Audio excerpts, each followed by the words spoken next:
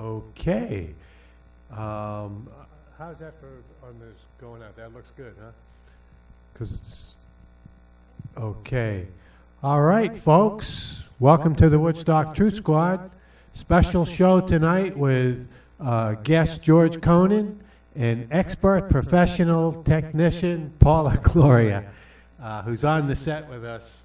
We are very, very fortunate to have her on the set here with us tonight because she's such a professional video person. And what a nice personality she has, too. Anyway, we're just glad to be here, folks. Don't mind us. We happen to like each other. And you can see it, you know? You can see it because we love doing video, we love doing TV, we love doing radio, and we love getting the truth out there so you can make the right decisions that you need to make in this crazy world that we're living in. I mean, really crazy. I don't know if anybody listened to our illustrious president tonight or last night. But anyway, we're in crazy times, no doubt.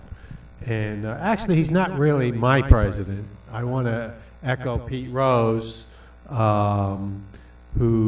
I also want to mention Pete Rose, who is a friend and a neighbor of mine and a remarkable musician. Remarkable. I always knew he was a really good, great guitar player. And I used to live next door to him. I used to go over to the house all the time and listen to them play. He had crowds of people coming from all over to play with him. And it was quite the scene that we had there on the end of Fitzsimmons Lane. They called it Little Pink, like Big Pink for the band. That was Little Pink. Where all the musicians would show up, people driving all the way from Sullivan County to come and play and jam with Pete and Colin and the crew. And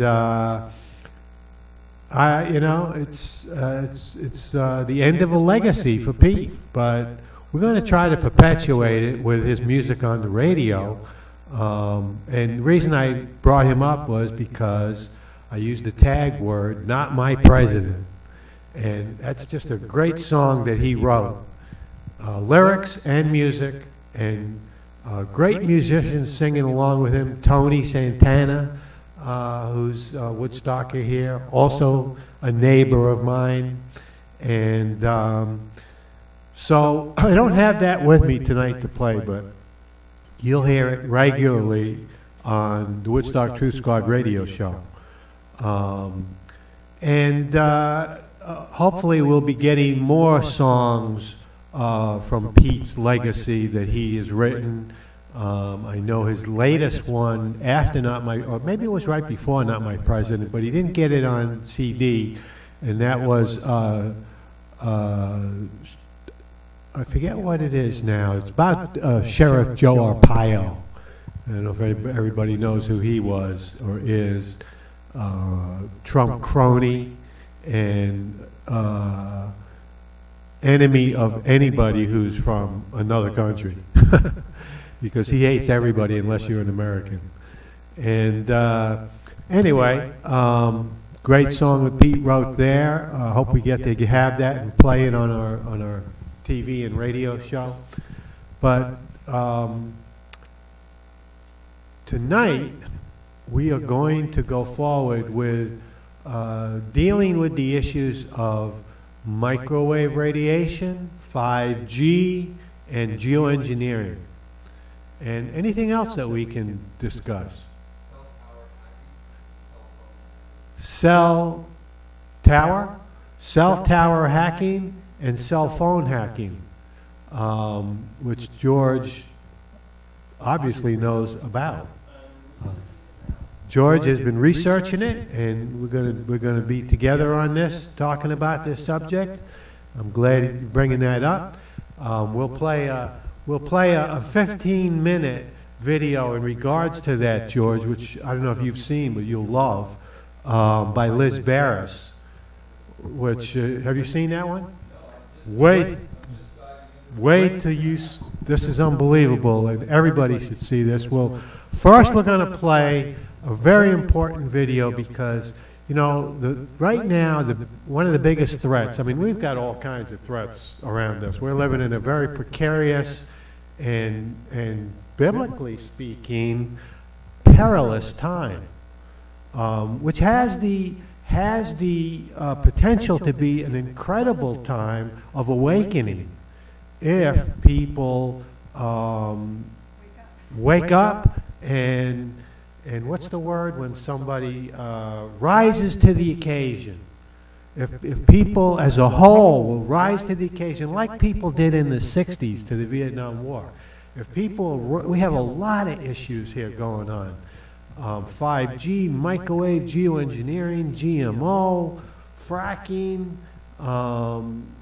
climate change, you know, what do you call it, government-wise, authoritarian dictatorships popping up all over the world and all in league with each other, authoritarian figures in our own government.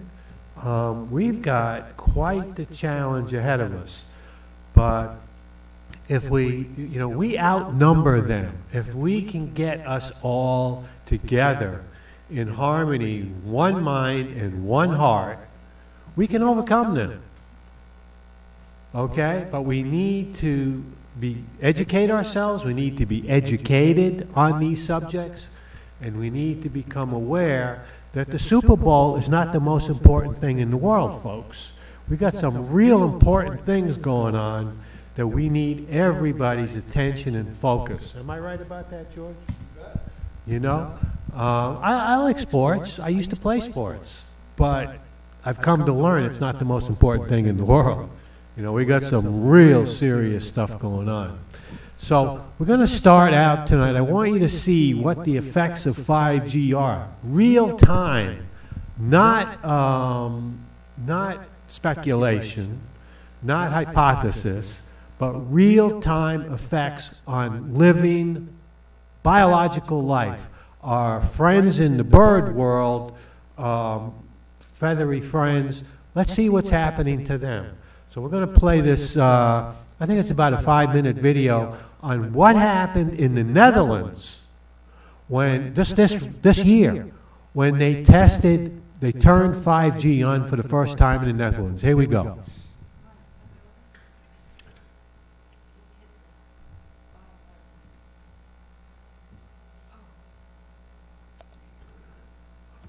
Okay, yeah.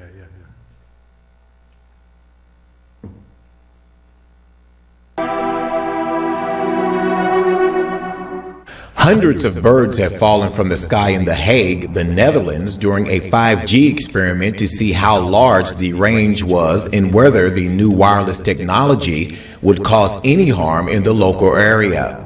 News of the adverse effects suffered by the starlings was slow to break, as initially the birds died in small numbers during the first wave of experiments.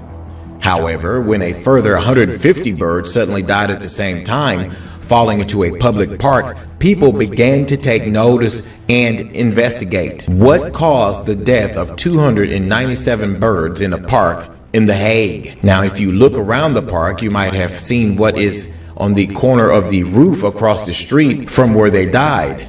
A new 5G mast where they had done a test at almost the exact same time as the birds fell from the sky. Now, according to reports, nearby ducks seemed to react oddly as well. They, at the same time, put their heads underwater to escape the radiation, while others flew away, landing on the street or in the canal. Now, this information that I'm giving you now comes from a local's Facebook page in that area. In the meantime, back on October 30th, 2018, we received some more information. The birds that fell massively dead would be the victims of an experiment performed on those days in The Hague, where RF radiation was tested with a peak frequency of 7.40 gigahertz. This information comes from one source and should still be confirmed if possible. They go on to say it is not clear at this moment whether tests from 5G transmission masts have been carried out again, but so far everything points in the direction of 5G as the most probable cause. Now, the Dutch Food and Consumer Product Safety Authority, or the NVWA, is having a number of birds examined in the laboratory. Parts of the park are blocked and dogs are no longer allowed to be let out. The dead birds are always cleaned up as quickly as possible. Yet it is a crazy scene. Councilmember Robert Baker of the Party for the Animals had the feeling of being on a crime scene. The fact that so many birds fall from the sky at this location must have a cause and must be investigated. Now, there's a link to this information below this video. Go take a look at it for yourselves. The truth about the safety of 5G is that it's not safe, and corporations are being allowed to roll out the new technology before they are sure about its effects on humans. The rollout of 5G technology is a massive health experiment that will have disastrous consequences for the human race, according to the first major university study into the controversial wireless service. And a coalition of 200 leading scientists and doctors are calling for an urgent stop to the rollout. 5G technology is a very real danger, warns Dr. Moskowitz, a public health professor at the University of California. The development of 5G, or fifth-generation cellular technology, constitutes a massive experiment on the health of all species, he said. With the death of the birds in the Netherlands, we are already starting to see the results of 5G technology.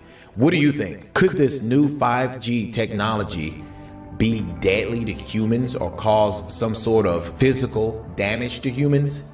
Leave your comments below this video. Thanks for watching. Okay,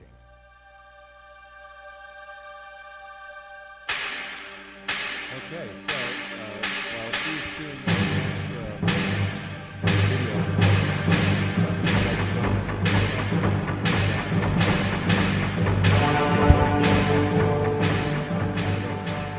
as a result of just a test of the 5G emitters. And as you can see in that video, some 200 plus starlings just fell out of the trees and died. And you know, the question at the end of the video is well, do you think this could be an implication of danger for larger organisms like humans, like us? So yeah, that is a real concern, and I understand the next video is going to get a little more into it, a little deeper analysis of the 5G impacts on the biological systems, such as living creatures. And are vegans healthy? Hopefully, are vegetarians healthy? You know, reveal more information to you so that you out there in the viewing public, there's no sound going out. And then, you know, we can't be making informed decisions unless we are informed, clearly. Don't mean to be, you know, redundant on that thought, but that is the idea that we're trying to get across to y'all, is that we're living in these exponentially changing times with the technology. I've referred to this author, Alvin Toffler, and a real important work that was written, I believe, in the either 1960s, probably 1960s, called Future Shock. And it's a big book. It's a very in-depth book. And it was required reading in the 1970s for high school in New York State. So those in my generation should probably have read it. But the idea of future shock is basically that technology will move so fast, and they call it technological thrust, that, you know, it will be the equivalent of going to a foreign country, not knowing how to speak the language or what the customs are, and then being at the mercy of the people around you to help you and guide you, and you become very childlike because you're so dependent on everybody around you. Well, with the idea of future shock is that our technology will go so fast and exceed our competency to operate basic things like cell phones, for example. I still have, or choose to still use, a little flip phone. And this is a relatively new one. It's about 2 years old, and it has so many more features on than my old phone, which was even more basic than this. I don't use any of these features. I talk to people, or I text them. That's it. I don't use email. I don't like the applications such as photographs or movies. I can take them and I can record and all that on this phone. I don't even know how. And that's just a simple example. But now you take that across the gamut of the technology that is being put upon us, or we're being exposed to. That's maybe a better way of phrasing it, such as the 5G, which is a radiation. It's a radiative energy, and it impacts us in many, many ways. And if Steve is ready, we can move on to the next video. We're ready. Here we go.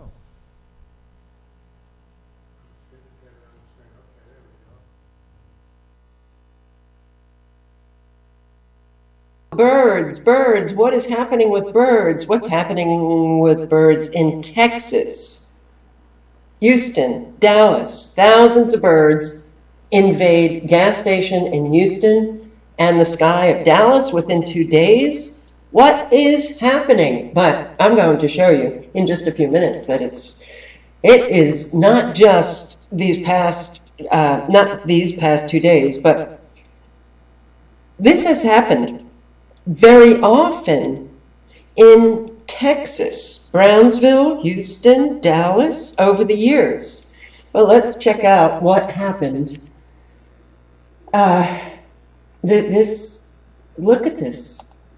Okay, clearly, something is up, right? You got car lights on, street lights on. You do have that canopy of manufactured clouds, but it does appear to be the time when you wouldn't see birds out. They would begin to nest for the evening, right? Yeah. Okay. Check this out. This is not normal bird behavior.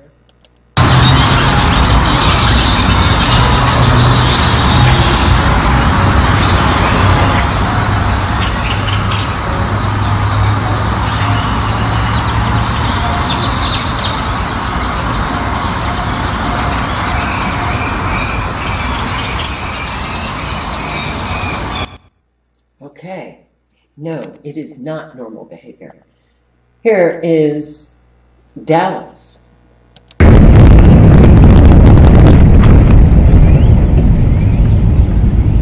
Wow.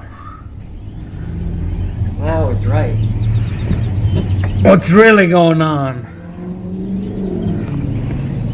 Looks as if these birds are agitated, disturbed, not sure where to go.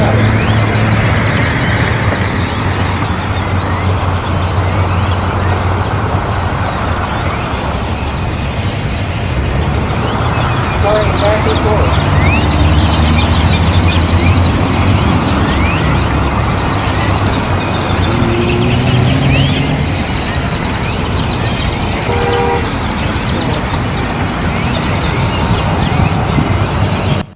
So people have been saying that it's a sign of the end times, apocalypse, or that these birds are sending a message. They're communicating to us that something is going on, because you know how animals respond to, let's say, earthquakes or tsunamis.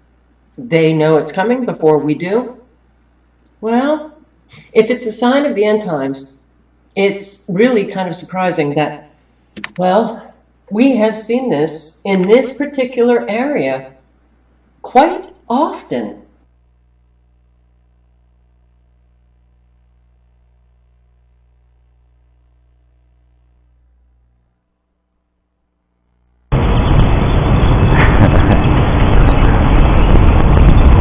they doing? I don't know. Oh man, they're going crazy. It's like a swarm. They're attacking.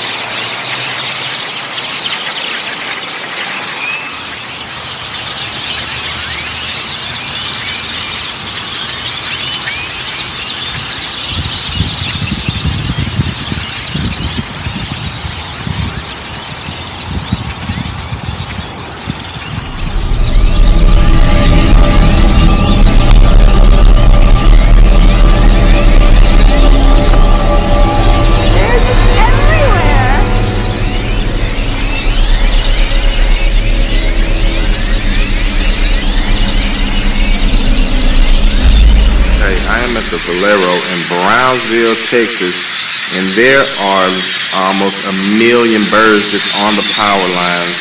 Do you all hear that noise? Those are all these birds. They're all along the power lines. It's hard to see them, but in the trees. What are birds?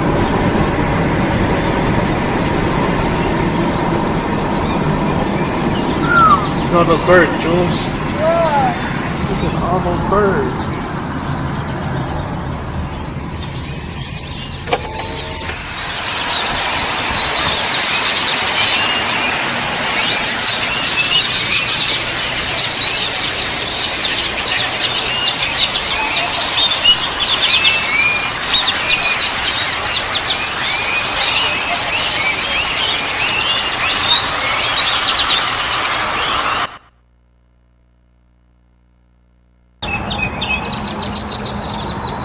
It is going crazy at Walmart. All these damn birds. What in the hell? Never quite understood this, but these birds have invaded this parking lot. I mean, invaded. I don't understand it. It's the wildest thing I've ever seen. I've never seen anything like it. Look at that. Unbelievable.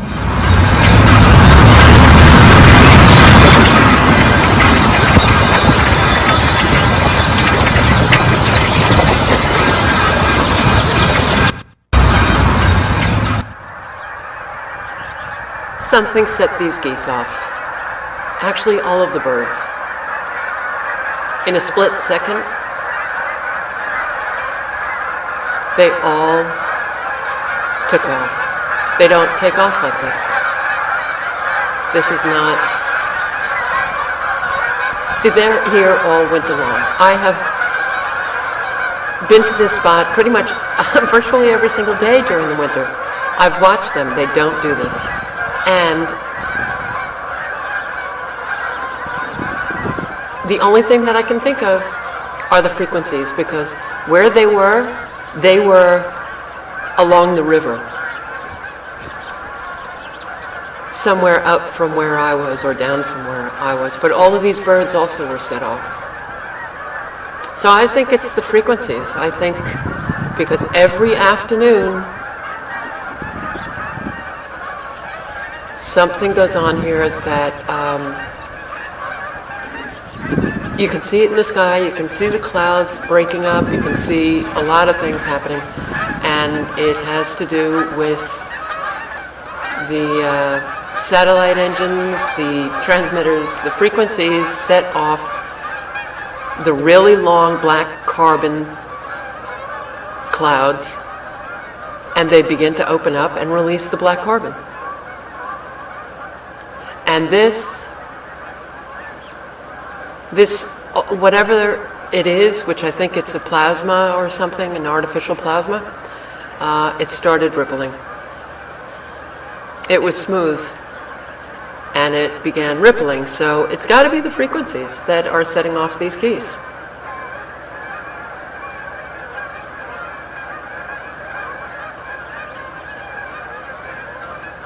They normally fly from different parts of the river late in the afternoon, but they all take off in different times. They do not take off all at once. You see the rippling? So whatever, this looked like a thick mass of something. I don't know what the hell it was.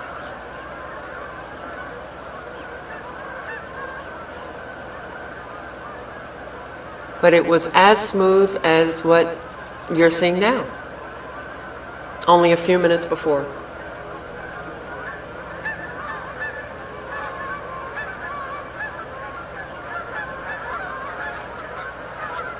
See how it's rippling more and more?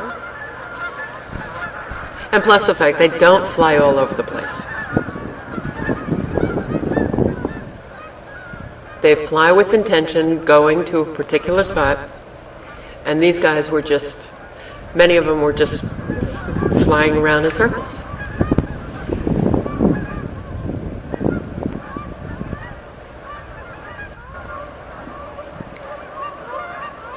Well, anyway, it was just another day of no sun, even thicker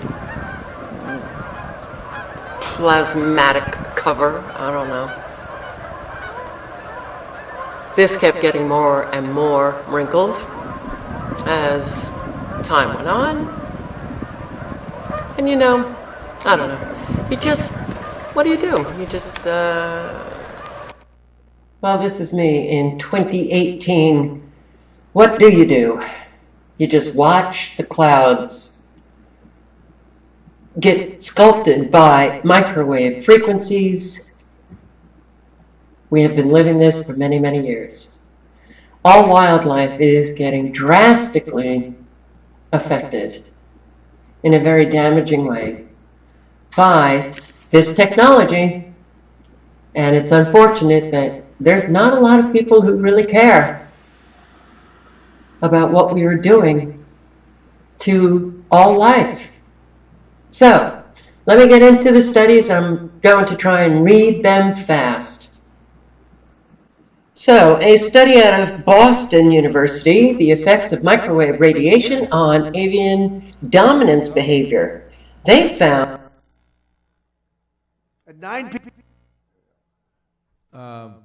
So now you have some documented evidence of impacts of some invisible force agitating birds anywheres from Brownsville, Texas to Great Barrington, Massachusetts. This is a huge scale impact on the environment, and you know, I think all of you out there who've ever tried to build an addition on your house, or maybe, God forbid, you want to make a little fish pond in your yard, and the regulations that you have to jump through, and the hoops and the hoopla of just getting the right permittage and environmental impact statements and all this kind of things to do these kind of basic stuff that isn't any more impactful on the environment than, say, maybe a beaver dam. Beavers change waterways and they make ecosystems and stuff, and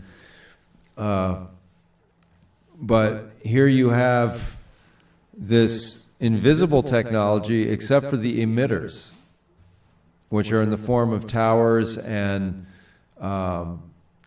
it's really a variety of different devices. They can look like big ping pong paddles. They can look like all kinds of different shapes for whatever application that they're using these emitters for these variety of radio waves, microwaves,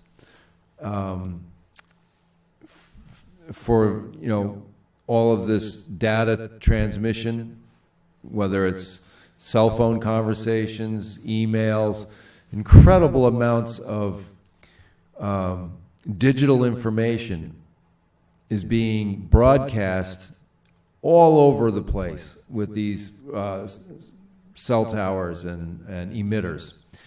And the frequency ranges, or the microwave, the waves, have different scales, whether it could be micrometer waves, millimeter waves, or they could be meter-long waves. There's low frequencies, or long waves, short waves. There's a whole range or spectrum, and we're really messing with. I say this technology that's being released and the infrastructure around it being built is impacting directly, right now, all the time, for probably decades at this point, our environment, all living creatures, and I love this phrase. I don't know if it was Susan Clark who came up with it, but it's microwave trespass on biological systems or living systems. And, we are biological systems, each and every one of us, our pets, our relatives, our friends, we're all being exposed to this radiation, or this, really, it's like a whole grab bag of radiations. I'm not explaining it as well as maybe others could, but I'm trying to import upon you all out there that it's not just, a small segment of these radio waves that are being used. It has been broadened. The bandwidth, they call it, is so wide now, it's including very, very dangerous bandwidths. And the weaponizing of it is one aspect, but then just the sheer danger of it. I saw one report that says, they try to justify, well, some people are electrosensitive. Okay, so, the idea is that, if the microwave frequencies don't cause heat on your skin, well, they're safe. Okay, they call it thermal sensitivity. If you're not getting a thermal reaction, well, the microwaves are safe. No, that's not a good measure. That's not a measure at all. Yes, if you can't cook on your tongue, then it's safe. So, safe meaning what, really? What we're really looking at is incredibly dangerous and toxic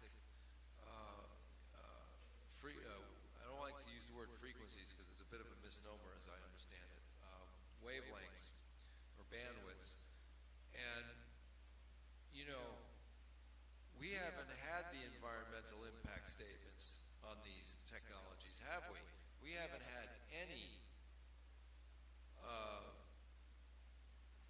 acknowledgement of the science showing the dangers of this stuff. And yet, the powers that be, the corporations, governments, and so on, regulatory commissions, not only are allowing it, they're funding it, which is outside of their purview of their duties, as governments and regulatory commissions and such. So, Steve, you got another one? So Steve's going to jump in here.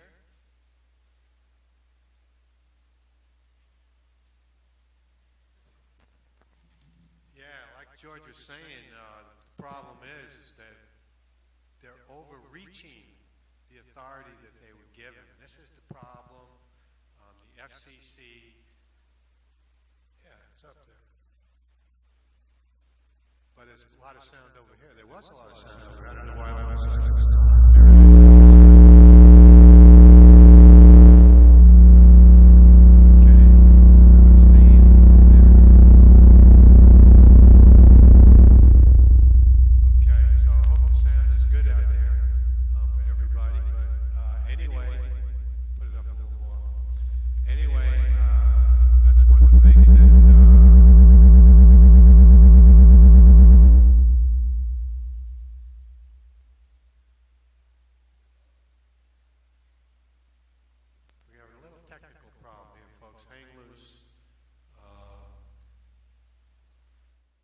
Test. I hope you can hear that.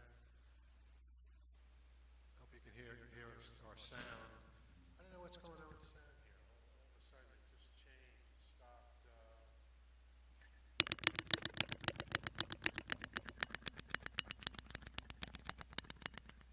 Yeah, something's wrong with our sound.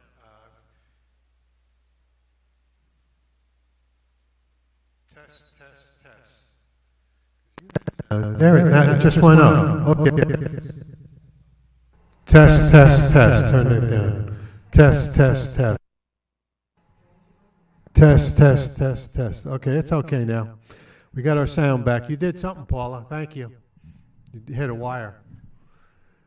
So anyway, back to where we were. The FCC is overreaching their authority. Their authority is to, and they're the ones responsible for rolling this out. Not only are they rolling it out with official orders from the FCC, but they're financing it. Billions of dollars. They're giving billions of dollars to the telecom industry with our tax money to roll this stuff out when we don't want it. And the insurance companies won't insure it. So this is what we're up against. And we bring this information to you out there that it will cause you to see that this is serious stuff. Don't believe their propaganda. Don't believe their propaganda. There's no harm. This is not true. There is a lot of harm. A lot of people are being harmed. And as George said, you know, they want you to think only a few people are electrosensitive. No, that's exactly not the case anymore. What it is that some people show signs immediately to being, reacting to the exposures that we're all being exposed to. And they will show the effects. And so they will say, oh, they're electrosensitive. And the rest of the people will show up effects long term. Well, it used to be around 3.5% for electrosensitive people in the country. It's now about 50%. And this is because of the background radiation. The cumulative effect of all of the exposures together creates this background radiation. Now, we always had background radiation that we lived with, but it was natural electromagnetic radiation. It was natural, and it was static, okay? What we have now is pulsing radiation. This is the kind that the military likes to use because it's the most harmful. Pulsing microwave radiation. And our background radiation, we are being bathed in it. It's invisible, so you think, no harm, and, you don't hear a lot of people saying anything about it, but most people don't know that their headaches or their insomnia or their heart palpitations or their pain, their chronic pain that they may have in their neck or in their back. They don't know that this and many other disorders are being caused by exposure to electromagnetic radiation. When you go to a doctor, you do not hear the doctor say, well, let's look into this symptom, and I think it's probably electromagnetic radiation exposure. No, most doctors don't consider that you have just been exposed to electromagnetic radiation. They weren't trained in that in medical school. Only a few are. If you want to, by the way, if you have the money, most of us don't have the money to go to doctors to get treated for every single thing we have wrong with us, like this. Most people just learn to live with it. And that's been my case for years. But what the doctors, if you have the money and you can go to a doctor who's AAEM, It's like AMA, only this is AAEM, American Academy of Environmental Medicine Certified Doctor, AAEM. Look them up. There's only a few in the area, and they're a prestigious group, but they're trained in this very thing and other environmental factors that could be causing your illness. So anyway, I just wanted to emphasize what George was saying about electrosensitivity. No, sorry, it's not just a few people electrosensitive. Everybody's being affected. If you use dark field microscopy tech application to examine your blood cells, every single person without fail, doesn't matter if the person's electrosensitive, doesn't matter if the person shows no symptoms, but if you look at your blood underneath dark field microscopy, you will see that your blood structure changed just from standing in front of a smart meter. Your blood will change. The structure of your blood will change. It'll start forming a type of structure where it's coagulating and becoming hard to flow.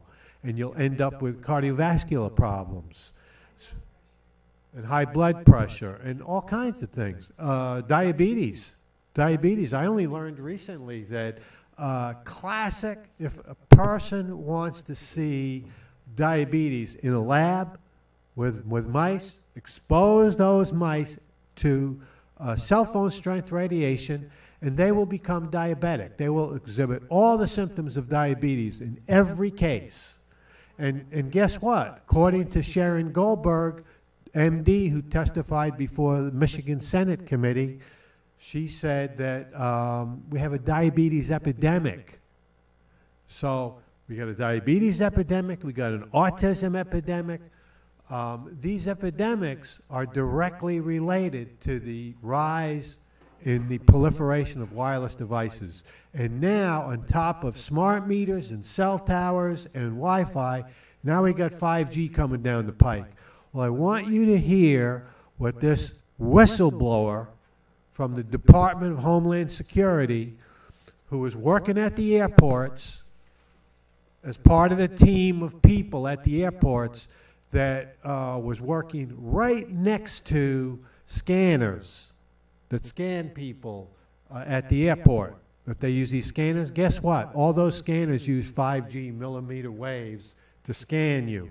So it's a perfect example to see what happens to people that are, and you know, like these people, the average traveler just, you know, goes and stands a few minutes in front of it and then takes off.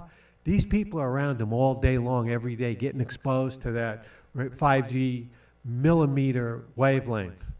And so they are really good canaries in the coal mine. So listen to what this person has to say. We're at 6:11 on that, right?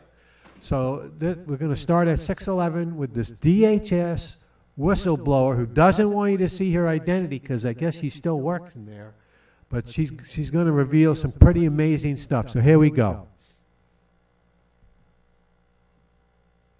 So I'd like to finally say before introducing our anonymous guest that there have been many people who are in her position who do take the time to write emails to verify these claims, but very few are willing to personally speak out and share details in an interview such as this. So for that, we owe her our gratitude, and I would ask that we also offer her our prayers for her continued protection. So thanks for joining us, sister. Thank you for your courage and your heart to help others through this warning. Glad to be here, Dana. So I'd like to start by giving a little background so, you know, folks know what kind of person that you are prior to this position with the DHS. You had earned a master's degree in a professional field, but it was due to the bad economy that you felt you needed to take this job, in part for the health benefits that it offered. Is that correct? That's correct. And for the benefit of those who don't realize what 5G is, just so you know, it's just a name for fifth generation. But what it means is that there's a brand new set of frequencies within the electromagnetic radiation field These are frequencies that humans have not been exposed to prior to this. Now, if you have seen my last video on the other fields in the EMF spectrum, cell towers, cell phones, Wi-Fi, you know I proved beyond a shadow of the doubt that these fields are already impacting health and biology in incomprehensible levels. Check that video out if you haven't seen that. But now the 5G fields will be a completely new route unleashed on human beings. So 5G is just really a nickname, but in truth, these are millimeter waves. They don't travel as far as non-ionic radiation from Wi-Fi does, which is why they want to put them on every few light posts or posts that are in each and every one of our neighborhoods in America. They have kept the frequencies that they plan on using in 5G very close to their chest. The people who know about these things claim that they aren't sure which frequencies are being used. But we do know that 5G or millimeter wave machines are already being used in airports. And after talking to this courageous woman, it seems to me that they are studying their impacts of 5G on our very own Americans who have taken these positions and are being exposed to these frequencies day in and day out. So you worked in an airport that utilized a machine that used these millimeter waves, and you told me before that whenever you took this job, you had in fact just taken out a health policy, a $100,000 insurance policy on yourself, and you were deemed perfectly healthy and normal. Tell us what happened. The 2 years that you were not around the machines, you were fine. But after they put these machines in, how long did it take to start feeling effects, and what were the first effects that you felt? I first started to feel extreme fatigue and brain fog. I was also very dizzy at times. I would question my coordination, balance, perception. That was the first symptoms that I really started to notice. Coordination, tingling, dizzy, almost like wanting to faint. Oh, right. You mentioned joint pain. Yes, the joint pain came later on. So talk about those symptoms later on. So we're talking about maybe 18 months after being around the machines, right?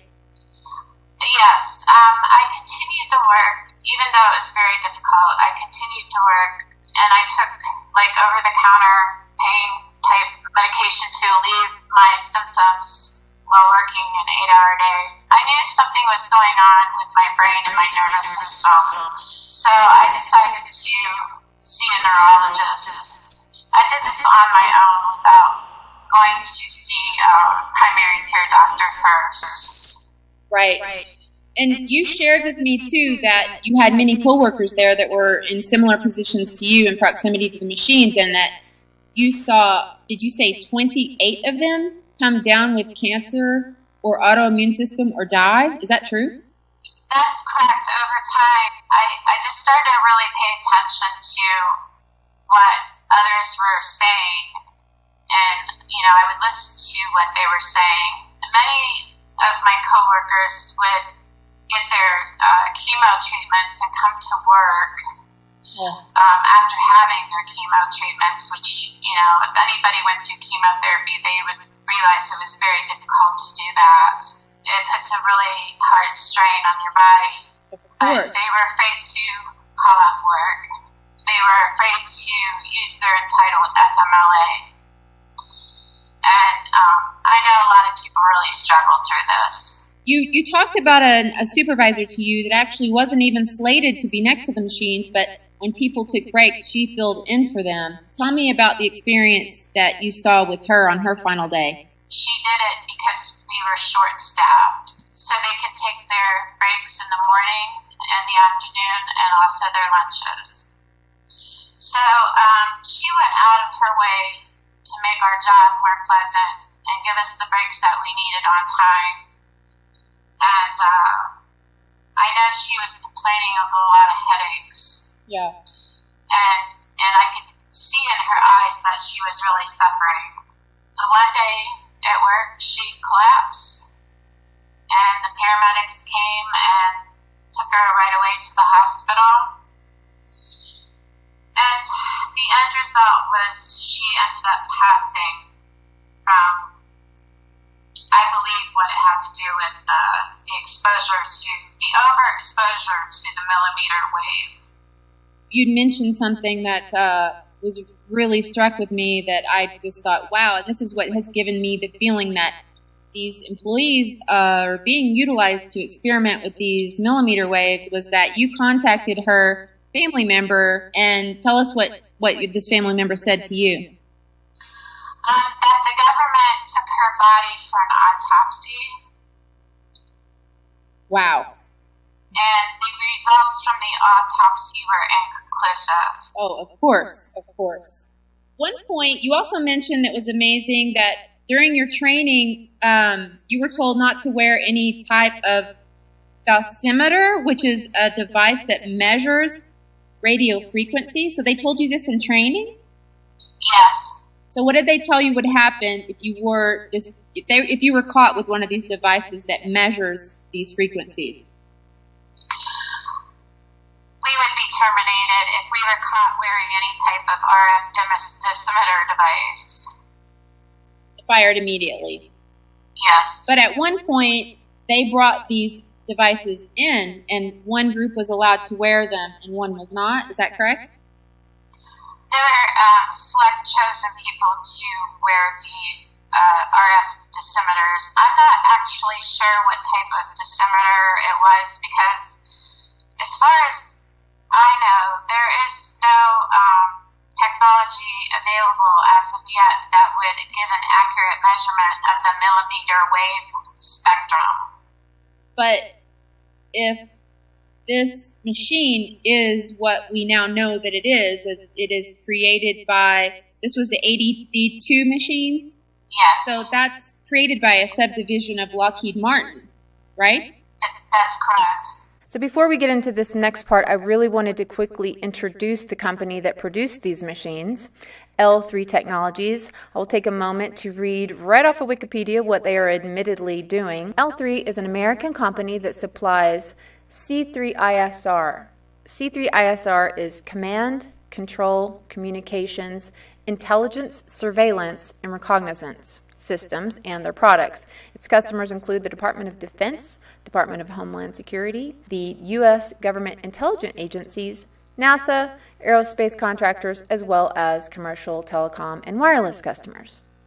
So, simply perusing through their website, you can see how they have already provided surveillance and weaponry not only to military, but to your local law enforcement.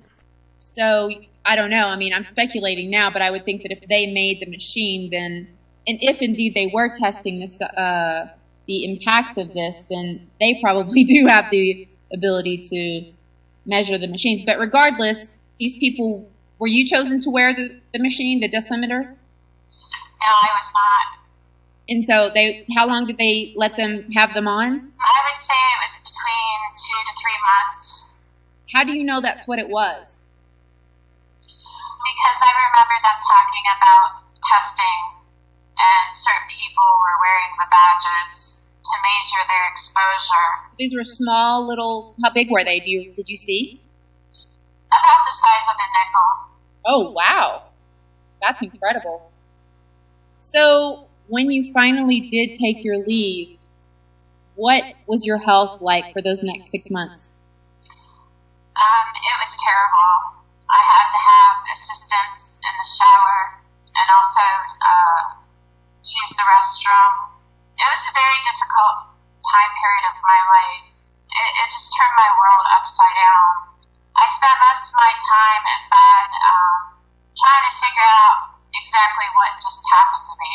Right. Because it just was so surprising, that my health would decline so quickly. I was in major pain. I mean, on a scale of 1 to 10, I was a 12. Right. Wow. And thankfully you had your husband, right? Exactly. If I was alone, I would have never made it, because the pain, first the doctor put me on fentanyl, and I was scared of it. So I had him switch me to time-release morphine and oxycodone. I could still feel it through that. Wow. The pain was just unbelievable. And I thought it was fine.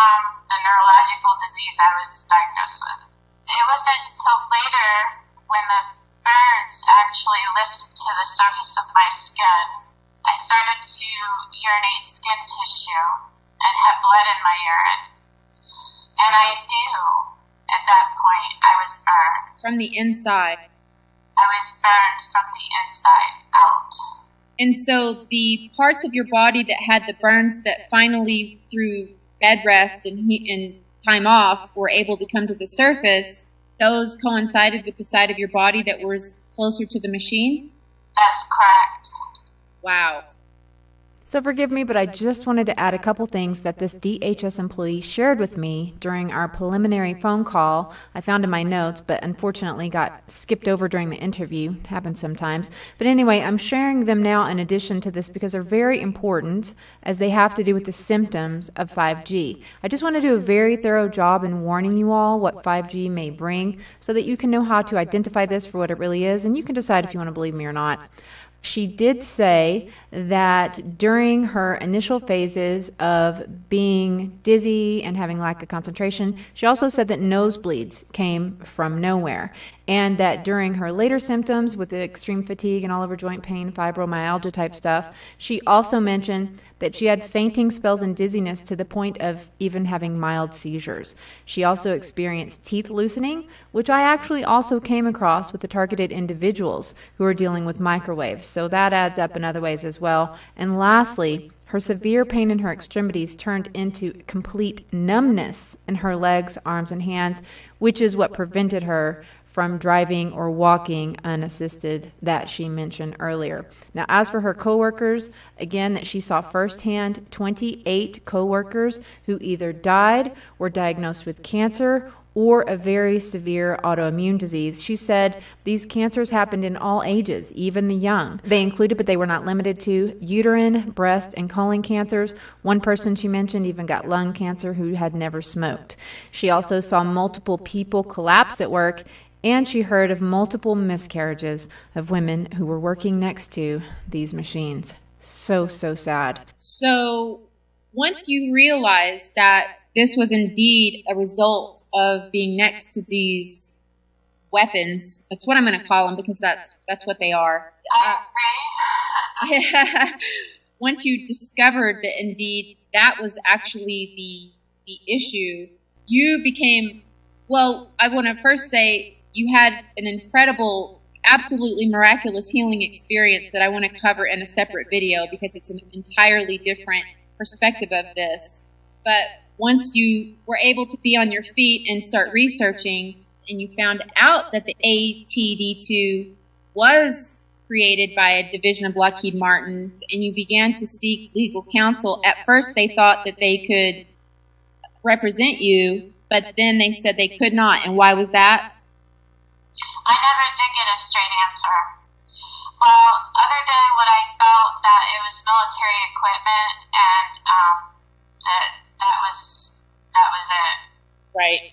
So you became on fire metaphorically as well because you were driven to let people know what was happening because as an American who believes in your country, you thought, well, my goodness, our members of Congress and our president need to know about this. And so you talked to me about writing to every member of Congress, and although some wrote back, it never really went anywhere. But tell us about the letter to President Trump and his response.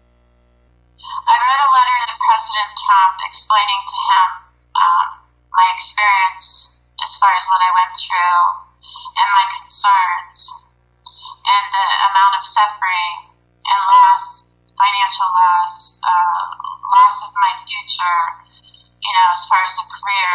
Pension. You said your pension. Everything. Right. And I was in shock when I received a letter back from one of his staffers, pretty much stating that I had a drug problem and that I needed counseling. I was just really, really shocked because I was in so much pain. And these were medications prescribed by a neurologist. Right.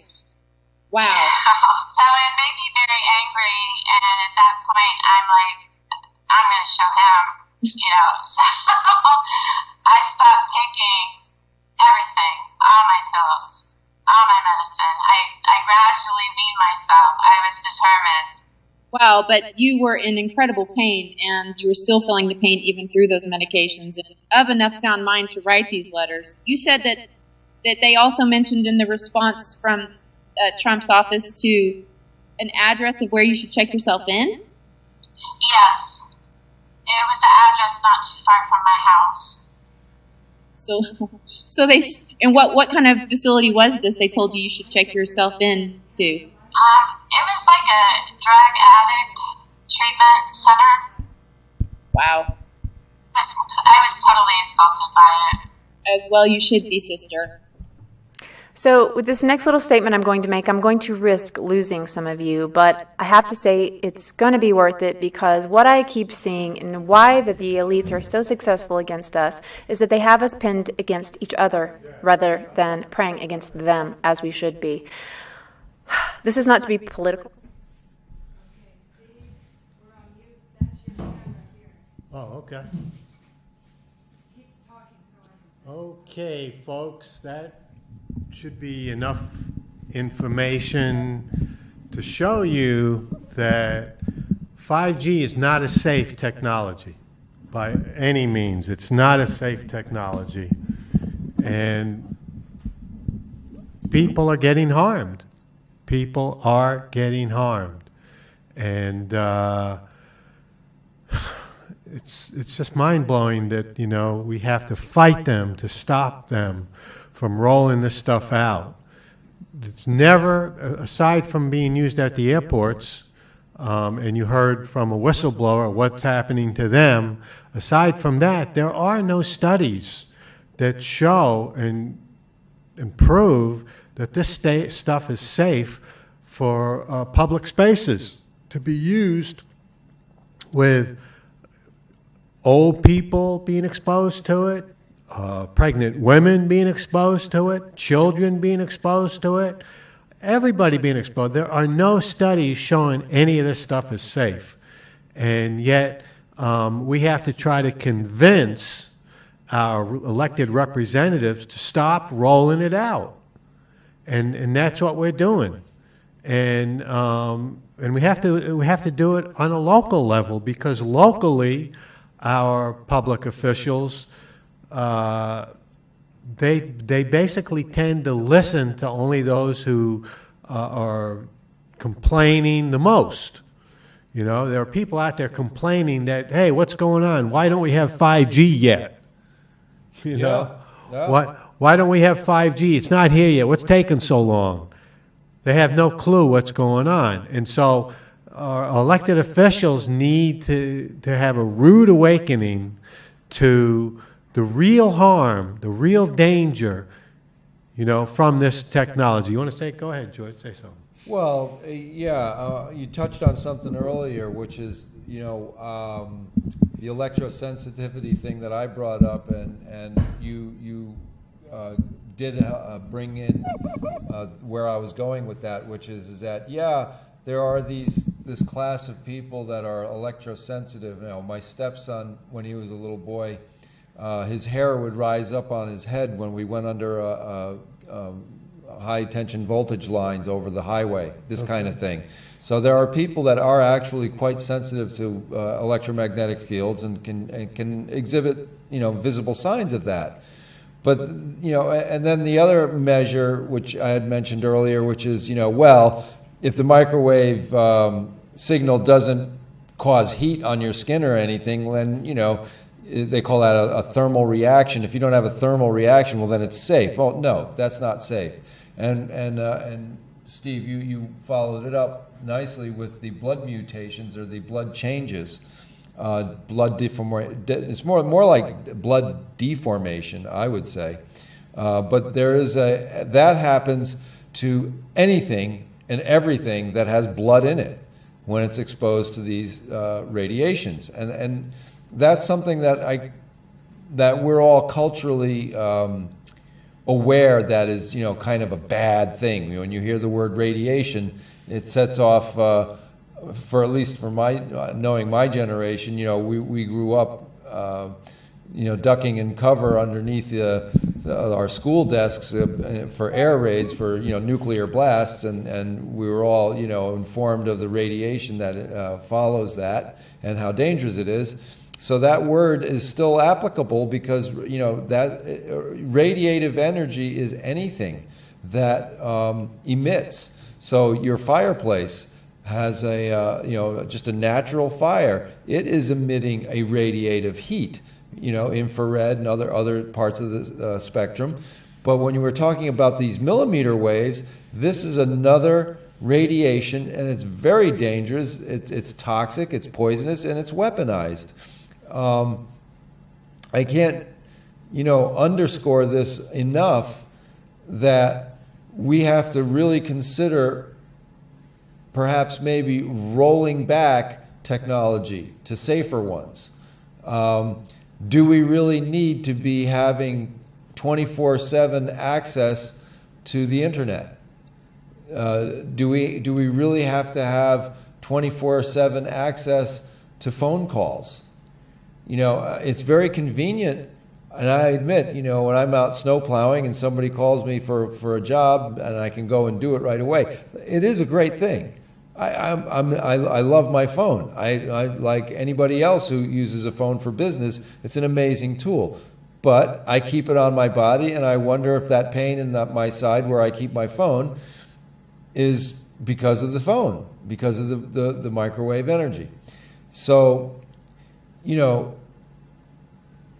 where do we go from here as a community, and then as a nation, and as a world civilization? Where are we going with all of this stuff? Because at the end of the day, is it just a profit-driven thing so that some, corporate entities get to make a whole lot of money to roll this infrastructure out and expose us to all this radiation?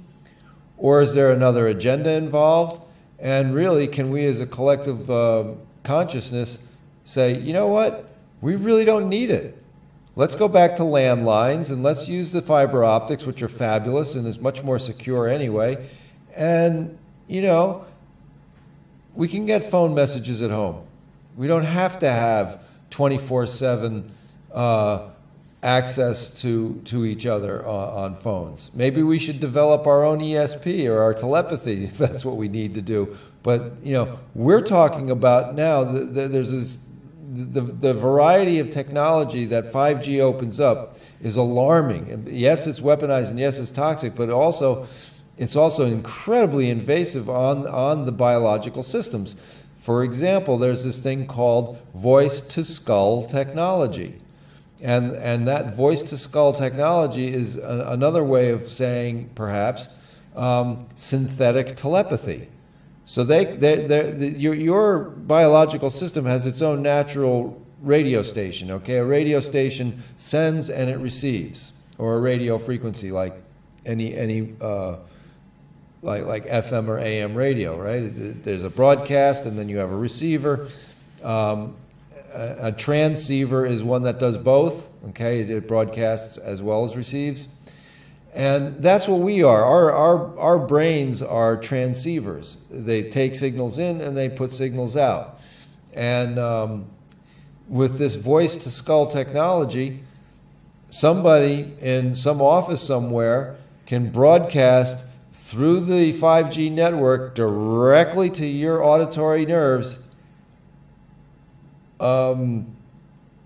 voice, music, whatever they want. And you won't know, because the way these centers in your brain operate, you won't know. You can't differentiate whether it is your own thoughts or if it's a synthetic thought or transmission, if you follow me. So, do you really want that? I don't. I kind of want to know that my thoughts are my thoughts and your thoughts are your thoughts. And quite frankly, I don't want to read anybody else's mind. And I don't want my mind read. It's like any semblance of privacy is annihilated by adopting this 5G technology. So while they, can read our minds or program our minds, they get to watch us be poisoned and die, sometimes not very slowly.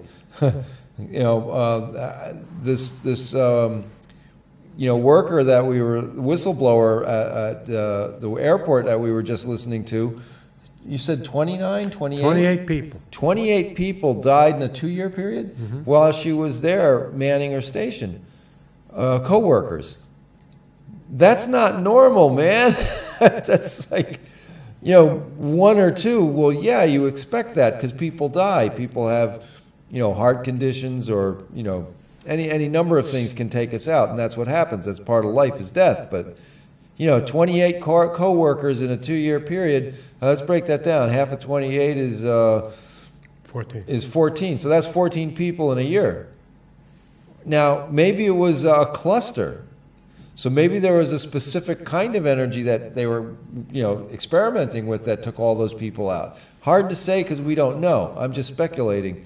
However, the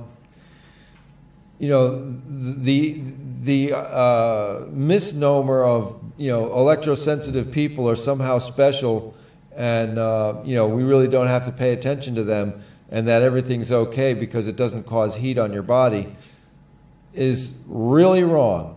It affects your blood immediately. It affects everybody's blood. It causes deformation of the blood, and beyond that, I'm just speculating, but I bet you it has a big impact on the DNA of our bodies, of the cells, in order for the cells to repair themselves or replace themselves.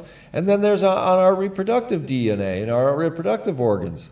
What is this going to look like, in future generations, or in the way things are going in the next generation, in our next generation, right now? What's happening to us? That's a really big, and I'm not even saying it's a question. I'm telling you what's happening. It's a death ray. This is a fatal. That's a good way to put this. This is fatal technology, fatal to our biological systems across the board, across the planet. Yeah, and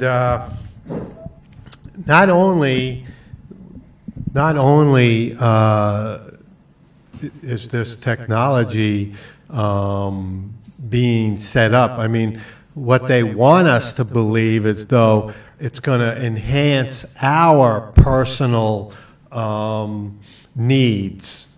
Okay, that's what they're bringing it across, like because it used to take 4 minutes to download a video, and now it only take 4 seconds, and that's the carrot that they're putting in front of everybody, thinking, oh, hey, we get 5G, we're going to have this ability and that ability, and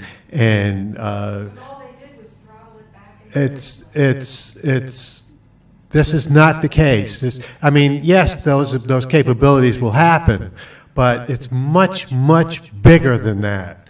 And this is what people don't realize, is that the capabilities that are going to come into play because of 5G are not something that you're going to benefit from, but you're going to be affected by big time. And that is the implementation of robotic technology. Robots everywhere will be able to function because 5G is being broadcast everywhere. Driverless cars will be able to happen, become a reality in society. I mean, how many people are going to actually have driverless cars? Only the rich, and there's a lot of capabilities that are going to change the fabric of our society. This society is totally and radically going to change because of this 5G. Steve, you brought up a thing. This idea of driverless cars and only the rich having it, I see a far more sinister application of this, is that it's going to be a driverless civilization. Humans are being replaced. So the 5G comes in, wipes out the human element, wipes out life as we know it, and then you have a lifeless planet that is populated by robotics. That's what I'm talking about. And those robotics are going to be personalized with personalities that have been downloaded from somebody's brain. So they're going to be, this is the transhumanism thing I brought up a couple of years ago. Part of the transhumanism agenda is to replace humans, because humans need to be fed, and we need to be clothed, and we need to be kept warm, so we're using up the environment, and we're making climate change, and everything is the human's fault. So, hey, let's just take the select few of humans that have enough money, and then they can be downloaded into computers, which would be operated through some form of a robotic body, and human beings won't need to be needed anymore, so they don't need to be fed, they don't need to be clothed, we don't need to do anything with them, and you'll have this roboticized planet. It's something from some science fiction horror show, and but this is the capability of it, and this is the direction it's going. Well, that's correct, George, and I was leading in that direction. That's what the whole robotic thing is that everybody's jobs will be switched over to, robots will be handling them, not so that you can have more leisure time, folks. You won't have a job. You won't be able to make money to live, and this will all come into place because of 5G. I mean, there are so many applications of 5G and what it's going to make possible for the military and for surveillance. Every device in your home will be connected to the internet, or what they call the Internet of Things. So every electronic device everywhere will be hooked up to the internet, and everything will become a surveillance device. You will not be able to hide from their view. You'll have robots all over the place handling everything, and like George said, pretty soon, the common people will become, what's the right word for that, George? Obsolete. That's it, Paula. Well, the common person will become obsolete, and there won't be a common person. Yeah, the common person will actually be just a product for the hospitals. Yeah, that's what they will become, because they will be exposed to all this radiation that people are going to be bathed in. There will be no escape from 5G. Let me explain something. 5G is not replacing 4G. 5G is in addition to 4G. So we already have what we have right now with the autism rate skyrocketing. It used to be 1 in 10,000 in the 60s. It's now 1 in 25 for young boys, 1 in 47 for females. And we have diabetes epidemic. We have Alzheimer's epidemic. All this stuff is related to these frequencies, and that's with 4G, 3G, okay? With what we have right now, it's already too much what we have right now, because we have epidemics with what we have right now. And with 5G, it's an addition to that. It's added to it. It's going to double, at least, our exposure. So we want to wake people up and make sure our public officials know we don't want this in our neighborhood. We do not want this in our neighborhood. We have plenty of cell phone service. There's no problem with cell phones around here. You walk around, everybody's got a cell phone, and they're glued to their cell phones.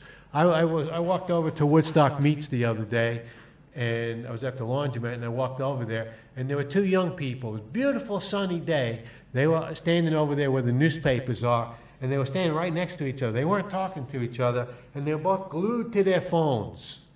Glued to their phones.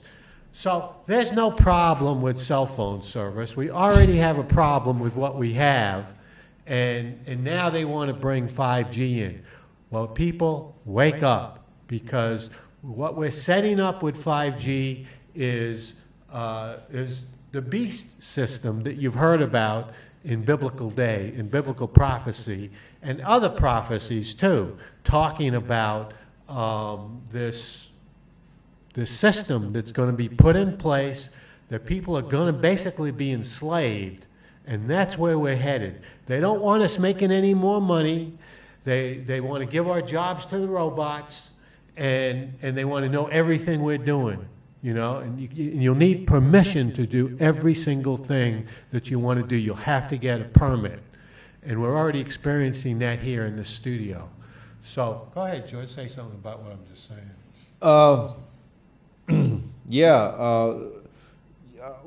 was just meditating on the population of the planet.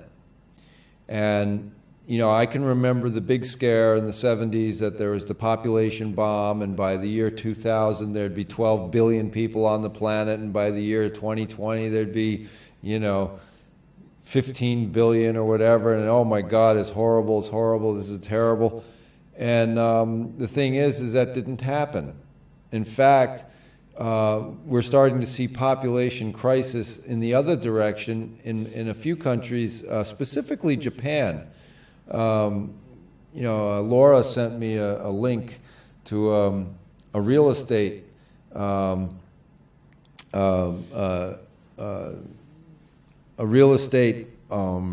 site, a website in Japan where you can get a beautiful home in Japan, and these are beautiful homes, upper middle class homes. They've been abandoned.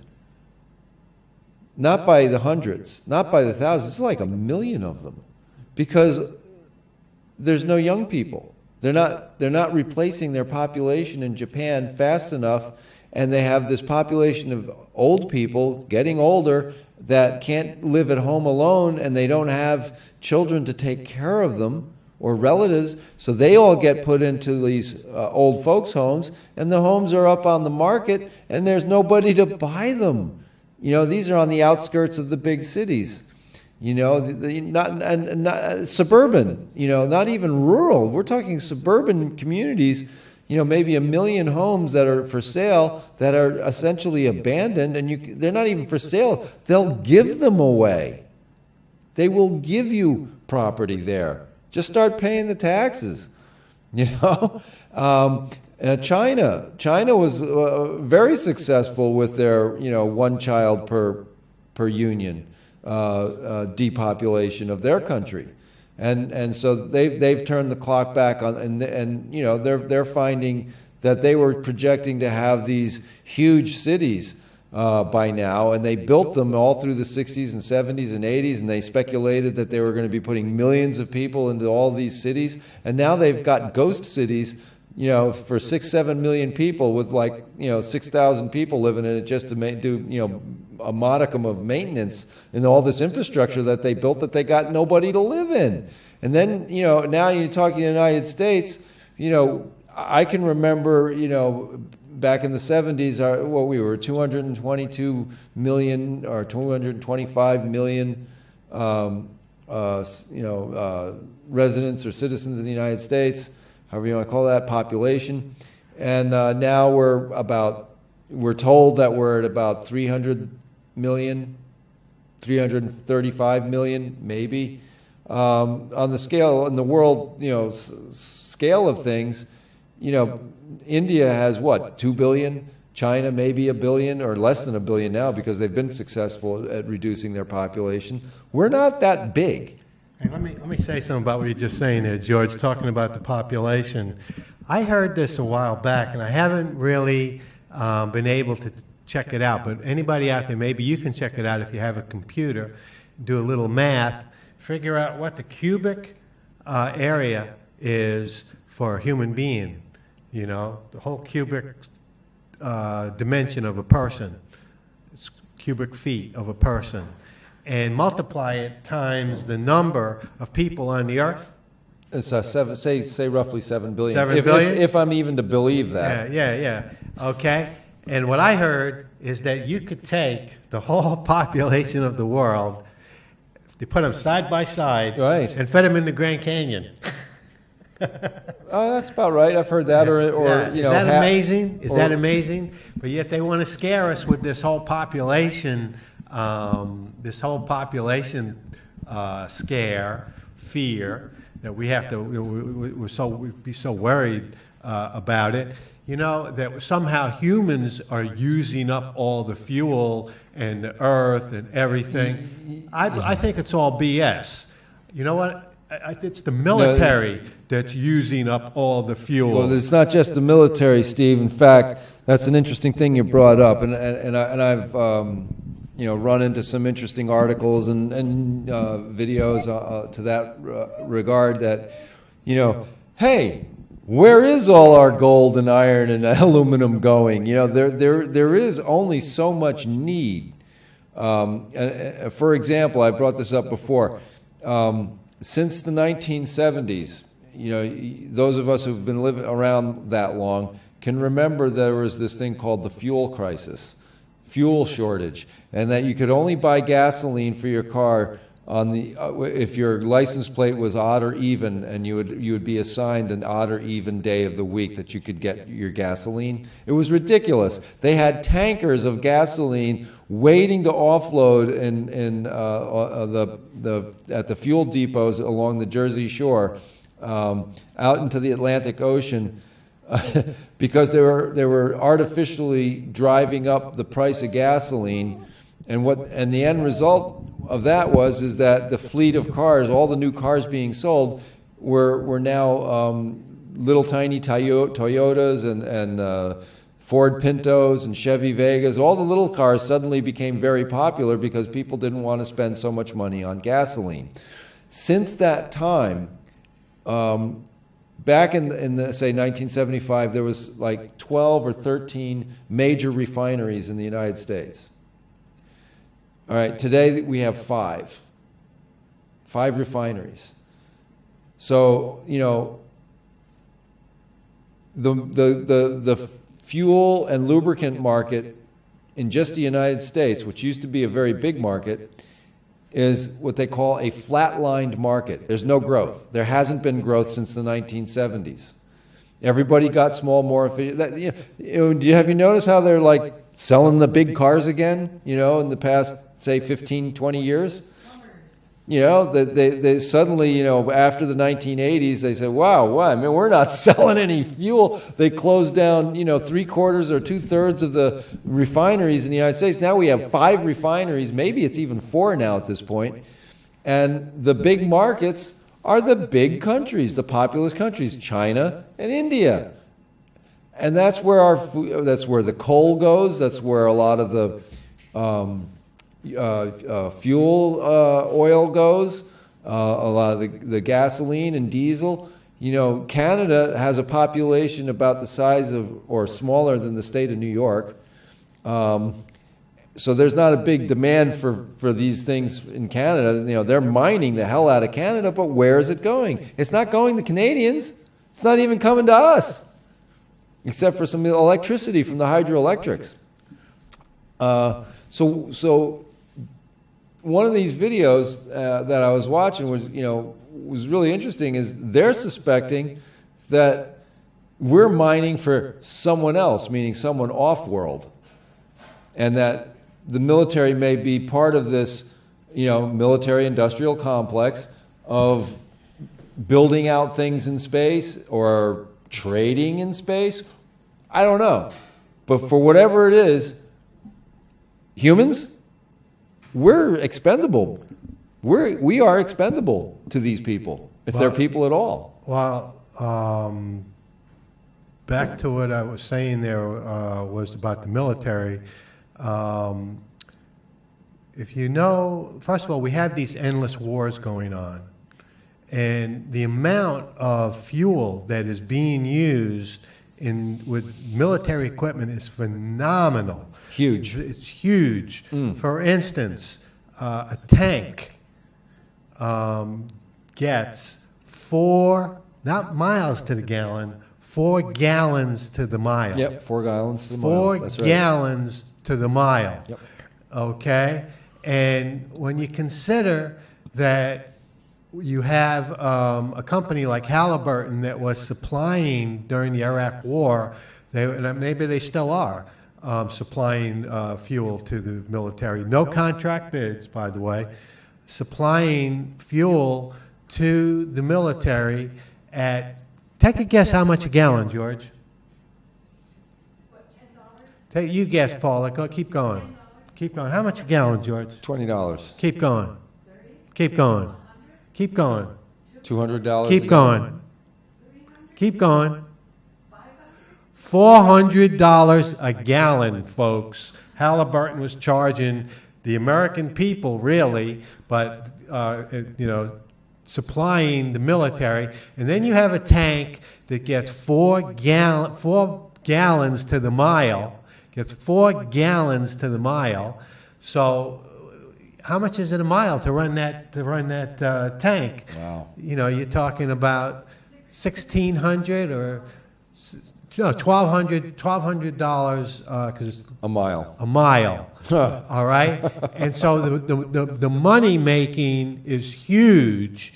And so they love to have operations, the people that are behind them, which is Halliburton and Cheney and the whole crew, making these situations that require these incredible gas-guzzling machines, whether they be tanks or jets or planes. And so you have the largest military force in the history of the world, the most advanced military force in the history of the world. But what goes along with it is incredible fuel consumption. And if you're going to have a military machine that runs on oil, then you need to control all the oil fields around the world. And guess what they're getting ready to do? They're getting ready to invade Venezuela. And Venezuela, I only found out recently. I knew they had a large oil reserve, but I didn't know it was the largest in the world. Venezuela has the largest oil field in the world. Perhaps besides Vietnam. And so they are planning to go in there. Now, Anthony Russo, who was, he was a movie producer, and he produced the movie Trading Places with Eddie Murphy, but he also ran for governor of Nevada. And when he was running for governor of Nevada, because... Aaron Russo? Aaron Russo. I said Anthony Russo. Aaron Russo. Brave man. And Aaron Russo was running for governor of Nevada. When he was running for governor of Nevada, he was befriended by Nick Rockefeller, one of the Rockefeller family people. And I have a video of him. Maybe we could play that little video later. But he talked about his time as becoming a friend of Nick Rockefeller, and how Nick Rockefeller told him way before 9/11 happened that 9/11 was going to happen and that they would be invading certain countries. This is before 9/11. They were Iraq, Iran, Syria, and Venezuela. Venezuela, that's right. Can you believe it? And so it's all that they use so much fuel, and they want us to feel guilty. We should all be driving around in these little cars because we're using the fuel up. They're the ones that are doing the polluting. They are the biggest polluters in the world, the military and all their equipment. I believe the feature film documentary Aaron Russo produced, which I believe is his last thing he did, was From Freedom to Fascism. Yeah. Yeah. So it's Freedom to Fascism, Aaron Russo, and it is a very, very brave document that he put together for us in our education, and it is interesting to note that my dad had been 35 years or 34 years in the Army, high-level officer, and he had his last tour of duty was as a military advisor in Vietnam from 1957 through 1963, possibly 64. 64 is when he had his heart attack and had to retire. And in his old age, when I got to know him a little bit, he mentioned to me that the only reason that we were in Vietnam, it had nothing to do with selling freedom. It had everything to do with the world's largest oil and gold reserves. Vietnam had more oil than even Saudi Arabia, and that they also had natural rubber. So there's this trifecta of resources that was sought after by the military-industrial complex in Vietnam. That would be oil, gold, and rubber. Now, moving over to Venezuela, that's just right across the Gulf of Mexico for refineries. I mean, it's a pretty obvious grab here. Let's play this little quick clip of Anthony Russo talking about his friendship with Nick Rockefeller. It's 10 minutes. Check this out. Did you ever see this?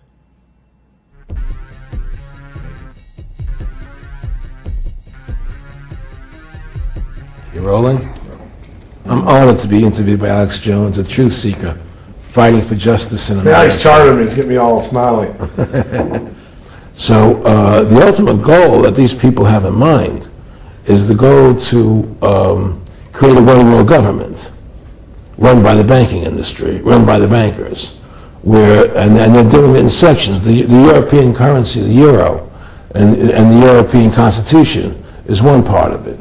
Now they're trying to do it in America with the North American Union, right? And they want to create a new currency called the Amero, right?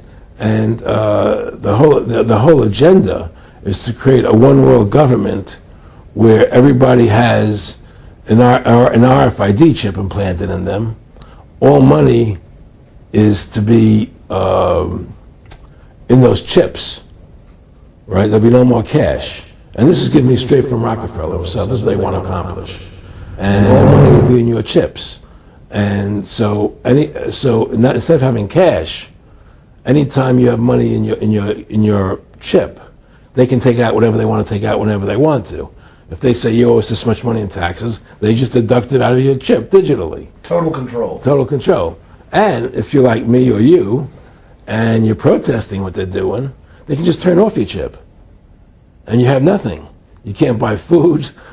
You can't do anything. It's total control of the people. And that chip's connected to a database that has your purchasing records, what you do, what everything, you sell. Everything is in there, And so they want a one-world government controlled by them, everybody being chipped, all your money in those chips, and they control the chips, and they control people. And you become a slave. You become a serf to these people. That's their goal. That's their intentions. Eric, can you be specific about when you met Rockefeller, how it happened in these discussions? I met Rockefeller through a female attorney I knew who called me up one day and said, one of the Rockefellers would like to meet you. I had made a video called Mad as Hell, and he'd seen the video and wanted to meet me and knew I was running for governor of Nevada. So sure, I'd love to meet him. And I met him, and I liked him, and he was a very, very smart man. And we used to talk and share ideas and thoughts. And he's the one who told me 11 months before 9/11 ever happened that there was going to be an event. Never told me what the event was going to be. But there was going to be an event. And out of that event, we were going to invade Afghanistan to run pipelines from the Caspian Sea. We were going to invade Iraq, to take over the oil fields, establish a base in the Middle East, and make it all part of the New World Order. And we'd go after Chavez in Venezuela. And sure enough, later, 9/11 happened. And I remember he was telling me how you're going to see soldiers looking in caves for people in Afghanistan and Pakistan and all these places, and there's going to be this war on terror, which is no real enemy, and the whole thing is a giant hoax, but it's a way for the government to take over the American people. He told you it was going to be a hoax. Oh yeah. There's no question. He says there's going to be war on terror, and he's laughing.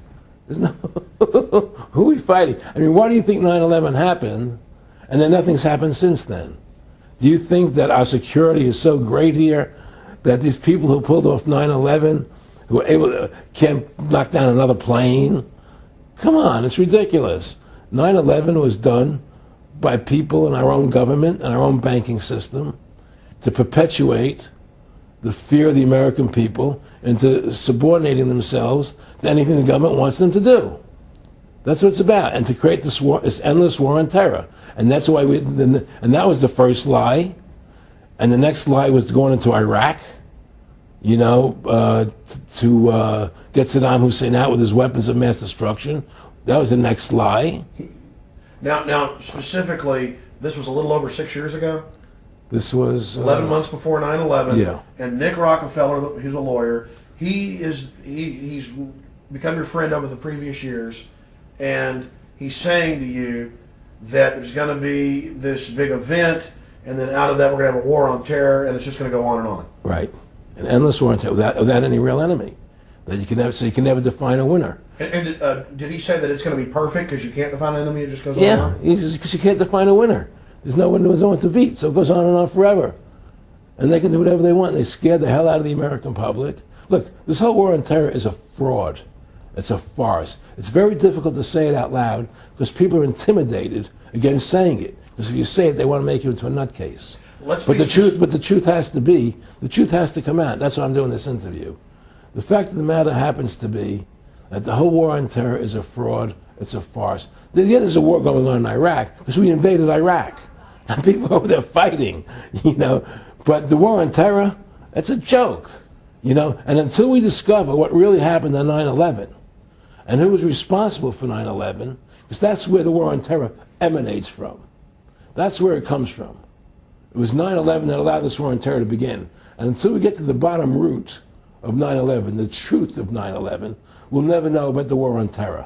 Aaron, you said that he was, and I think it's important, and I know this about the Rockefellers from Dr. Dennis Cuddy and many others who literally, you'll be 20 years old in a lunch line at college, and no, there's David Rockefeller. And they're experts at recruiting and getting what they call players, and that clearly he was, I want to make it specific and just get you to reiterate what you said last night about you got 30% of the vote, you were having an effect, you made mad as hell, they knew that you'd started the Constitution Party, they knew that you were somebody who was taking action and getting things done, you'd already made some big films, had a lot of other successes, right. So they were trying to recruit you, and didn't it come down to the point of, hey, we are here to recruit you, and don't worry, your chip's going to say, don't mess with us, this guy's don't touch. Yeah, yes, that did happen. I was definitely being recruited. But it's more subtle than that. Well, in your words, just go through the process, and then what he said. Well, what it is remember we were friends, and we used to come to my house a lot. We'd have dinner, we'd talk, and he'd tell me about business investments, how you get involved in, or they would help me with this business investment or that business investment. And was I interested in joining the Council on Foreign Relations? I would have to get a letter to join them, but was I interested in that? And just stuff, leading you on. And I used to say to him that I never really did that because that wasn't where I was coming from. As much as I like you, Nick, your ways and my ways we're on the opposite side of the fence. I don't believe in enslaving people. And he would come back with, "Oh, I do." Or? Well, it would be more like it's better for them. Well, it's more like, how do I put it? It was like, what do you care about them? What do you care about those people? What difference does it make to you? Take care of your own life. Do the best you can for you and your family. What do the rest of the people mean to you? They don't mean anything to you. They're just serfs. They're just people. It was just a lack of caring. you know, and that's just not who I was. It was just sort of like cold, you know, it was just like cold, you know, and I used to say to him, what's the point of all this? You have all the money in the world you need, you have all the power you need, what's the point? You know, what's the end goal? And he said the end goal is to get everybody chipped, to control the whole society, to have the bankers, the elite people, you know, the bankers and some governor controlling the world. And I said, all the people in the Council on Foreign Relations believe this way you do? He said, no. You know, most of them believe they're doing the right thing. A lot of them believe it's better off being socialistic. You know, we have to convince people that that socialism is really capitalism. Because America's becoming a socialist country. It's a communist country today. Well, one of the things they told me was that he was at the house one night, and he would talk, and he started laughing. He said, Aaron, what do you think women's liberation was about? And I said, I had pretty conventional thinking about it at that point. I said, I think it's about women having the right to work, getting equal pay with men, just like they won the right to vote, you know? And he started to laugh. He said, you're an idiot. And I said, why am I an idiot? He said, let me tell you what that was about. We, the Rockefellers, funded that. We funded Women's Lib, you know? And we're the ones who got all over the newspapers and television, the Rockefeller Foundation. He says, and you want to know why? He says, there were two primary reasons. And one reason was we couldn't tax half the population before Women's Lib. And the second reason was, now we get the kids in school at an early age. We can indoctrinate the kids how to think. It breaks up the family. The kids start looking at the state as the family, as the school, as the officials, as their family, not as the parents teaching them. And so those are the two primary reasons for Women's Lib, which I thought up to that point was a noble thing. You know, when I saw their intentions behind it, where they were coming from when they created it, the thought of it, I saw the evil behind what I thought was a noble adventure. Aaron, did you know that Gloria Steinem, in one of her own books, now admits the CIA funded Miss Magazine? No, I had no idea about that. No, I never heard that. Yeah, we're going to... The CIA funded Miss Magazine? Funded Miss Magazine. Anyway, that was Aaron Russo, and as you can see, this is way before Venezuela, any thought of invading Venezuela, and now that's exactly what they're getting ready to do. So I think Aaron Russo made a good point on that whole issue. And I want to turn it over to George, because George wants to talk about cell phone hacking and, Sure. and all of that. I want to hear about this. Okay, so because of the legal imbroglio that I'm involved with, part of the evidence involves cell phone timestamps and records and text messaging and so on. And what I noticed in the examination of extraction reports from cell phones, my partner's cell phone, is that the timestamps and the messages were out of sequence as we experienced it in reality. And this is a very sinister discovery because it impacts testimony and impacts dates and times of when people were at certain places doing things. So what I had realized is that the cell phones themselves were intruded upon, and how they were intruded upon digitally or cyber intrusion has yet to be discovered. And the only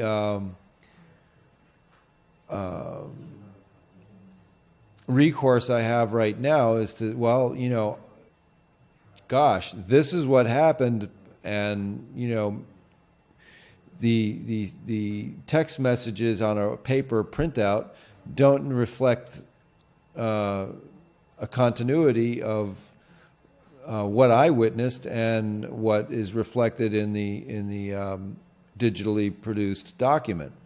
So here's the thing, folks. So now I'm researching, well, can an iPhone or a flip top phone or a cell phone be hacked? And well, gosh, in just 15 minutes of researching, just looking at some YouTube videos on the matter, it's actually quite a big problem. It's and then as a result of my search engine, I became aware that cell towers themselves are hackable. And with the real exponential advancement of our wireless technology, cell phones, any computer-driven device is now hackable. If it's a digital device, it can be hacked. And in so many different ways. Just for an example, I was looking at one video that was talking about 15 different ways you can hack a phone. And one of them is that you can actually operate remote from your cell phone or computer somebody else's camera. And so you can be observing what their camera is seeing, and they don't even know that it's that it's doing that. So what I'm saying is that this idea that digitally produced information, all right, data, like an extraction report from a phone, is inviolate. This is proof. This is evidence. It establishes a timeline and is proof. No, it's not. It's just what a piece of paper is telling you. What it comes down to, if you know anything about computer science, and I know just a very little bit, I know just enough to sort of have a broad stroke understanding, and that is that it comes down to a machine language. I think ASCII is still used, I'm not sure, but it's kind of like one of the root languages. And if you're a computer programmer and you understand things called source code, then you're in a level of operating computers and software a lot further beyond than the average person like myself. Now, if I wanted to study it and get really good at it, I bet you I could waste a lot of time getting good at it. I don't want to. I actually like working with my hands, and I'm a visual artist and I'm a musician, and I don't like a lot of effects and electronic things. I like things that are real.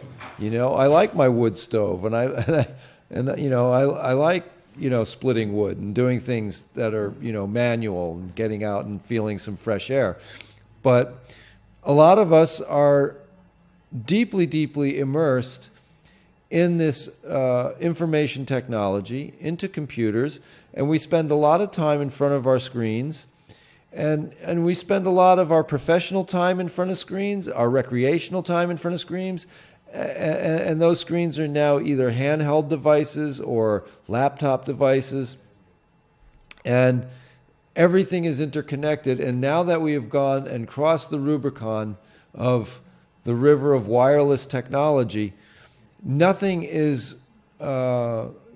these devices, no digitally driven, computer driven device is immune from intrusions via microwave transmissions or otherwise into the software and operating systems of your device.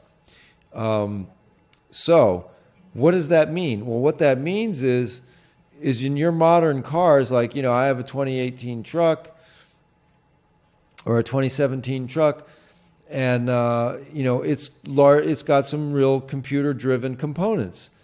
And, if somebody had the capability and the motivation to interrupt the proper operation of my vehicle, it can be done, folks. It can be done from a cell phone tower. It can be done from a 5G emitter tower on a phone pole. It can be done from a remote place anywhere in the world where they have a lock on your location, on your vehicle, and on the IP address of the computer component that's operating your vehicle.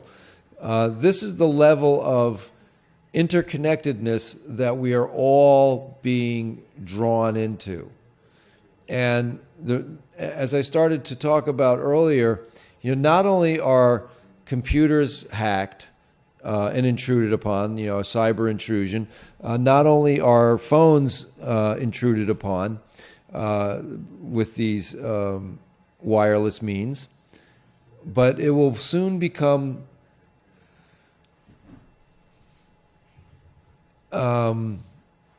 implemented, because I don't want to say possible, it's already here. All right, this is what I'm trying to really burn into your awareness, everybody. I got 5 minutes here before we close up.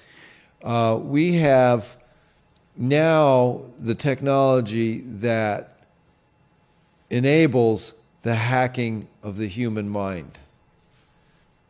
And this is where it just gets over the top.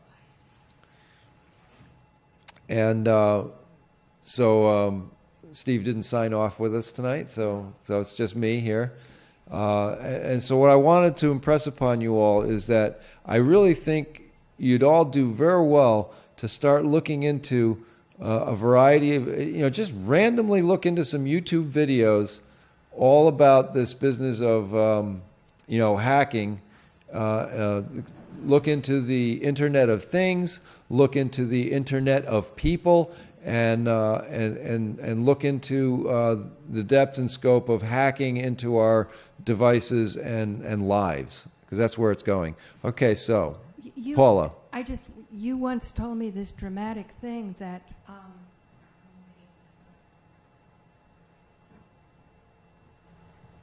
you said that a stream on an automatic, on an ATM, they're looking at two guys, somebody's taking out money and somebody's stealing it. They could block out one of the people. Oh, okay, yes, all right, that yes. was dramatic. All right, now this is some of the new software that is now available that can be, it can be. You have to understand, with wireless technology, data can be jammed into a device without your permission, okay? You don't have the protection of a real landline or a fiber optic cable. It is now, everything is accessible through the airwaves. Okay, that's a big concept right there, just to start to understand that. But now some of this technology, right now you are seeing me on a camera, okay? Now, say this camera that is videotaping me or videographing me was a surveillance camera, and I'm sitting there at say an ATM at a bank, and say I'm drawing some money out with my bank card, and somebody's coming up behind me to rob me or do something. Well, there is software that can edit out a person in real time from the camera's view. Or edit in another person. I would imagine if you can take one out, you can put one in. I'm sure this is a related technology to CGI, computer-generated images, okay? Well, in this case, it's computer-deleted images. But the thing is that this is in real time, folks. That's how advanced things are getting. You cannot depend on digital information to be telling the truth anymore. Not that you ever could. So, are we ready to close it up? All right. So this is Woodstock TV, and Steve is back to say to say goodnight, I think. Yeah. Well. All right. I just wanted to say good night, and thanks for coming on the show, George. Thanks for having me. And we'll do it again. And stay tuned, folks, and make sure you listen to the Woodstock Truth Squad Monday nights and Wednesday nights on 104.1 FM. Have a good night. Thanks, Paula Gloria. Thanks, Paula. And thank everybody out there watching. Yeah.